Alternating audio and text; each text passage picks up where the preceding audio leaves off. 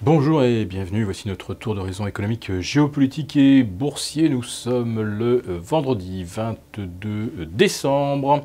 Pour comprendre comment tourne la planète finance et lorsqu'on fait tourner les logiciels d'habillage de bilan, c'est sur la bourse au quotidien et nulle part ailleurs. Et l'épisode du jour s'intitulera Noël au balcon, Pâques au tison. Bon, désolé de vous infliger ce dicton de grand-mère, mais enfin, avouons quand même qu'en ce 22 décembre, on est en plein hiver, les températures sont plutôt anormalement douces sur les marchés. Et oui, hier soir, on découvre que les indépendantistes catalans ont finalement conforté leur position. Ils restent majoritaires au Parlement régional. Et M. Rajoy se retrouve devant une situation assez insoluble, et les marchés aussi. Et finalement, que se passe-t-il à Madrid? Pas grand-chose. Moins 0,9%, avec quelques bancaires un petit peu plus lourdes que la moyenne, qui perdent entre 1,5, 2, 2,5% pour Banco Sabadell. Mais en fait, c'est une journée complètement banale. En fait, tout est banal cette année, lorsqu'il s'agit de facteurs qui pourraient peser sur la tendance.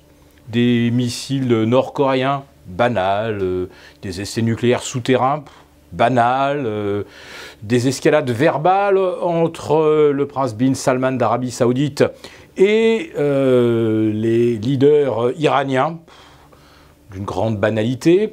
Les combats ont repris à l'est de l'Ukraine, banal, rien de nouveau, rien qui puisse émouvoir les marchés. On a même quelques signaux préinflationnistes, complètement banals également. Le pétrole, le WTI, attaque la barre des 58. S'il la franchit, on pourrait bien commencer l'année 2018 en allant chercher 65. Mais tout cela est complètement banal. On ne va pas pour autant revoir à la hausse les anticipations inflationnistes. Eh bien si, on va le faire, mais pas maintenant, pas à la veille de Noël. D'ailleurs, à la veille de Noël, on ne va absolument prendre en compte aucun élément qui pourrait provoquer une correction des marchés. D'ailleurs, à Wall Street, on attend pour ce soir de nouveaux records absolus. Ah, on les a frôlés jeudi soir à 2 points près sur le S&P 500, à une dizaine de points sur le Dow Jones. Allez, aujourd'hui, 0,25 à 0,30% de mieux et hop, on inscrira de nouveaux records. Alors évidemment, si le Dow Jones voulait faire un vrai cadeau de Noël, eh bien il prendrait environ 0,7 à 0,8% pour aller chercher 25 000. Bah, après tout, pourquoi pas ? Ça permettrait au Dow Jones d'engranger un bon plus 25 tout rond cette année. Le Nasdaq, lui, atteindrait ou retracerait les 30%. Alors, en regard de telles performances, Paris, avec ses 10,5, 11%, fait bien pas le figure. Mais bon, rajoutons déjà 3,5% de rendement, de coupons, donc ça nous met à 14%. Et vous rajoutez 12% de hausse de l'euro face au dollar et bah bingo, on est à plus 26. Alors pas pour un gérant parisien, mais pour un gérant new-yorkais ou basé à Miami ou aux Bermudes, eh ben, cette année, le CAC 40, c'est du plus 26%. Rien à redire, on est vraiment dans le standard, la hausse standard cette année pour les indices américains. Alors, qu'est-ce qui pourrait éventuellement émouvoir les marchés à partir de la semaine prochaine, pour les 3 séances qui restent, et nous ne serons pas là donc pour les commenter, faut quand même surveiller la parité euro-dollar. Parce qu'au-delà de 1,19, ça va commencer à sentir le roussi. Mais on a encore la résistance des 1,2040. Alors là, oui, effectivement, on pourra commencer à se demander s'il n'y a pas un souci avec le billet vert et si cette belle croissance dont tout le monde nous rebat les oreilles en Europe, si cette belle croissance ne va pas se solder par une lourdeur assez désagréable des indices européens, exactement le scénario auquel on a assisté l'été dernier, lorsque l'euro s'est envolé de 1,12 vers 1,20. contre dollar. L'autre facteur qui pourrait également perturber, ce sont les marchés obligataires. Alors on a eu une tension au début de semaine et puis hier ça s'est calmé. Oui. Alors le rendement de nos OAT n'atteint pas encore les 0,80. Au-delà, attention, ça commence à chauffer. Bien sûr, il y a encore cette grosse résistance à 1%. On ne va certainement pas les atteindre d'ici le 29 décembre prochain, mais bon, à surveiller quand même. Sur les Bunds, on est aux alentours de 0,41. On a encore de la marge jusqu'à 0,50. Et sur les T-bonds américains, bah là, ah zut, on n'a plus de marge puisqu'on est à 2,50. Et au-delà de 2,52, il n'y a pas grand-chose pour arrêter une dégradation jusque vers 2,80, voire 3%.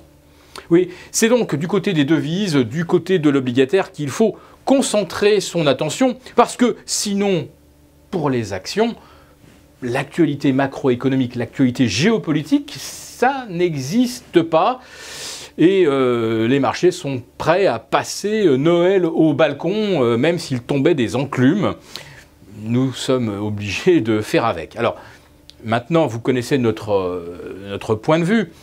Nous pensons que nous sommes arrivés dans la phase finale de la hausse parabolique des indices. Ça survient en fin d'année, ce n'est pas très étonnant non plus.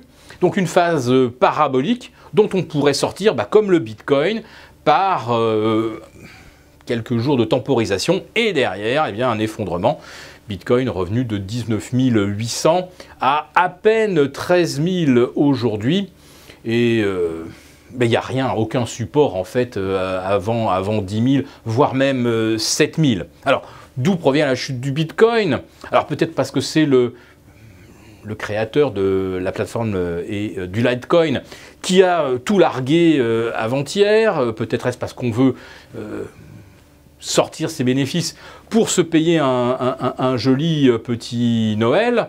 Enfin, il faut penser à tous ceux qui ont acheté comme